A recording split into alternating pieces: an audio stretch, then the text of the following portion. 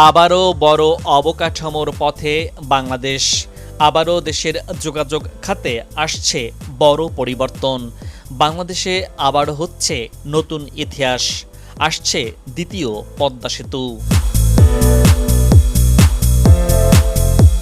প্রমত্তা পদ্মার বুকে নির্মিত হতে যাচ্ছে আরেকটি সেতু, যেটি হবে দ্বিতীয় পদ্মা সেতু। আর এটি হতে যাচ্ছে দেশের দ্বিতীয় দীর্ঘতম সেতু।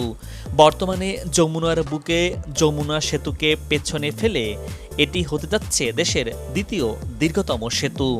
এরই মধ্যে বর্তমান সরকার ঘোষণা করেছে শিগগিরই শুরু হচ্ছে এই সেতুর কাজ। কেমন হবে দ্বিতীয় পদ্মা সেতু আর কোন রুটে হচ্ছে এই সেতু, চালুই বা হবে কবে, জানাবো বিস্তারিত। চোখ রাখুন এই প্রতিবেদনে।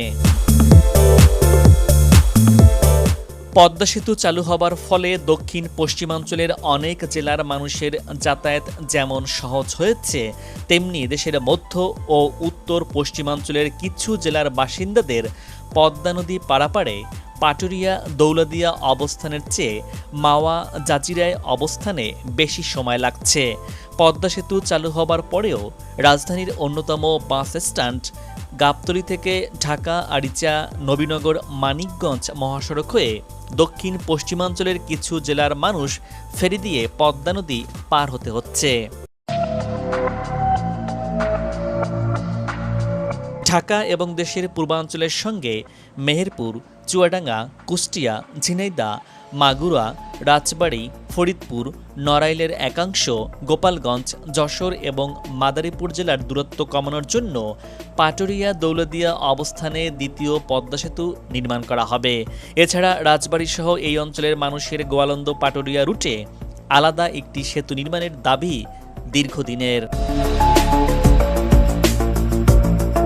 সম্প্রতি রাজবাড়ীর দৌলদিয়া ফেরিঘাট এলাকায় বাস নদীতে পড়ে বহু হতাহতের ঘটনার পর আবারও আলোচনায় এসেছে দ্বিতীয় পদ্মা সেতু প্রকল্প।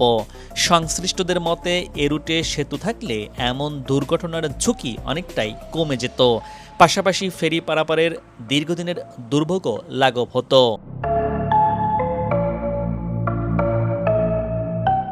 এছাড়া এ অঞ্চলের ১৬ জেলার মানুষ ঈদের ছুটিসহ যে কোনো প্রাকৃতিক দুর্যোগের কারণে এই ফেরিঘাট দীর্ঘ সময় ফেরি চলাচল বন্ধ থাকে, যার ফলে এই দুই ফেরিঘাটে ঘন্টার পর ঘন্টা এই পথের যাত্রীদের দুর্ভোগ পোহাতে হয়। এছাড়া মানিকগঞ্জ ও রাজবাড়ী এই দুই জেলাকে আলাদা করা এই পদ্মা নদী দিয়ে ছোট ছোট লঞ্চ বা নৌযান দিয়ে অনেক ঝুঁকি নিয়ে এই পথে নৌপথ পাড়ি দিতে হচ্ছে। অনেক সময় দুর্ঘটনার সম্মুখীন হতে হয়। বর্তমানে এইসব ঝুঁকি ঝামেলা থেকে রেহাই পেতে এই পথে পদ্মা নদীতে দ্বিতীয় পদ্মা সেতু দরকার বলে মনে করছেন এ অঞ্চলের বাসিন্দারা। অবশেষে দ্বিতীয় পদ্মা সেতু নির্মিত হচ্ছে। নির্বাচনী ইশতেহার বাস্তবায়নে দ্বিতীয় পদ্মা সেতু নির্মাণ করতে যাচ্ছে বর্তমান বিএনপি সরকার। বিএনপি সরকারের প্রথম উন্নয়ন বাজেটে থাকছে দ্বিতীয় পদ্মা সেতু।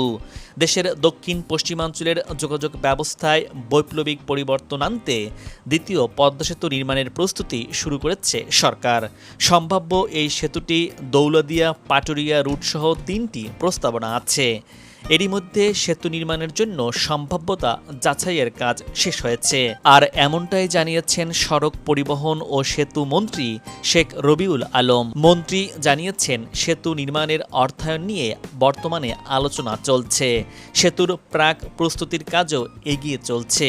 এর অংশ হিসেবে 2026-27 অর্থ বছরের বার্ষিক উন্নয়ন কর্মসূচিতে এডিপি সেতু প্রকল্পের জন্য অর্থ বরাদ্দ রাখা হয়েছে।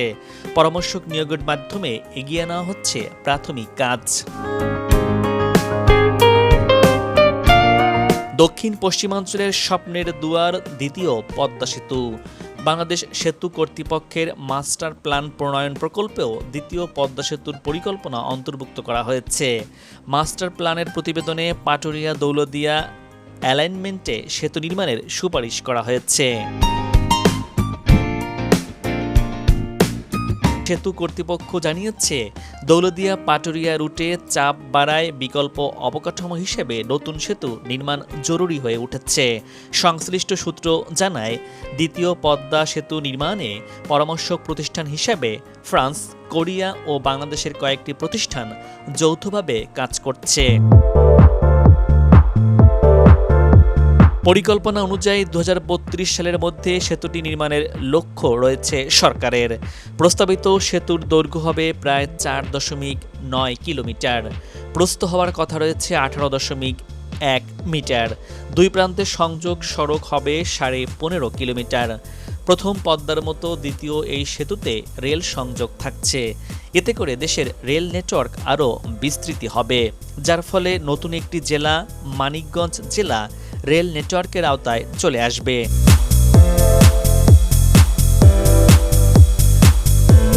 সেতু কর্তৃপক্ষ বলছে, দেশের মধ্য এবং উত্তর পশ্চিমাঞ্চলের অনেক জেলার মানুষের জন্য বর্তমানে পদ্মা পারাপার একটি সময় সাপেক্ষ এবং ব্যয়বহুল প্রক্রিয়া। মেহেরপুর, চুয়াডাঙ্গা, কুষ্টিয়া, ঝিনাইদহ, মাগুরা, রাজবাড়ী, ফরিদপুর, নড়াইল, গোপালগঞ্জ, যশোর ও মাদারীপুর সহ বিভিন্ন জেলার যাত্রীদের ঢাকায় যেতে এখনও দৌলতদিয়া পাটুরিয়া ফেরিঘাটের উপর নির্ভর করতে হচ্ছে। যানবাহনের অতিরিক্ত চাপের কারণে অনেক সময় ঘন্টার পর ঘন্টা ঘাটে অপেক্ষা করতে হয় যাত্রীদের। বর্তমানে দৌলতদিয়া পাটুরিয়া রুটে কুষ্টিয়া থেকে ঢাকার দূরত্ব প্রায় 175 কিলোমিটার। আবার সিরাজগঞ্জ ঘুরে যমুনা সেতু ব্যবহার করলে দূরত্ব বেড়ে প্রায় 270 কিলোমিটার হয়।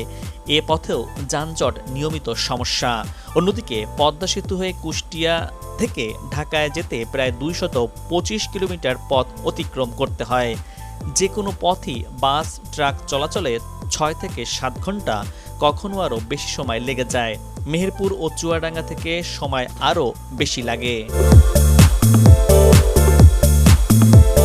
মুন্সিগঞ্জের মাওয়া ও শরীয়তপুরের জাজিরার মধ্যে স্থাপিত বর্তমান পদ্মা সেতুর মূল দৈর্ঘ্য 6.15 কিলোমিটার। দুই প্রান্তের উড়াল পথ ভায়াট্রাক 3.68 কিলোমিটার।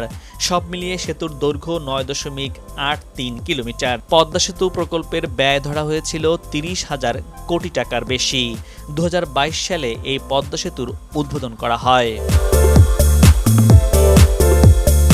উন্নত যোগাযোগ ব্যবস্থা যে কোনো দেশের উন্নয়নের অন্যতম কারণ। পদ্মা সেতুর ফলে দেশের মানুষের জীবন জীবিকার মান যেমন উন্নত হয়েছে, তেমনি দেশের জিডিপি বেড়েছে। তাই যোগাযোগ সংশ্লিষ্টরা মনে করছেন, পাটুরিয়া দৌলতদিয়ায় দ্বিতীয় পদ্মা সেতু নির্মিত হলে দক্ষিণ পশ্চিমাঞ্চলের সঙ্গে ঢাকা ও দেশের পূর্বাঞ্চলের যোগাযোগ ব্যবস্থা আরও সহজ, দ্রুত ও নিরাপদ হবে। সেই সাথে আরও গতিশীল হবে দেশের অর্থনীতির চাকা। দর্শক, এবার বিদায় নিচ্ছি। আগামীতে আবারও দেখা হবে নতুন কোনো ভিডিও চিত্র নিয়ে। ভিডিওটি কেমন লেগেছে আপনার গুরুত্বপূর্ণ মতামত জানিয়ে ভিডিওটি শেয়ার করুন। আর আপনি যদি চ্যানেলটিতে নতুন হয়ে থাকেন তাহলে চ্যানেলটি সাবস্ক্রাইব করে পাশে থাকুন। ভালো থাকুন, নিরাপদে থাকুন এবং সাথী থাকুন।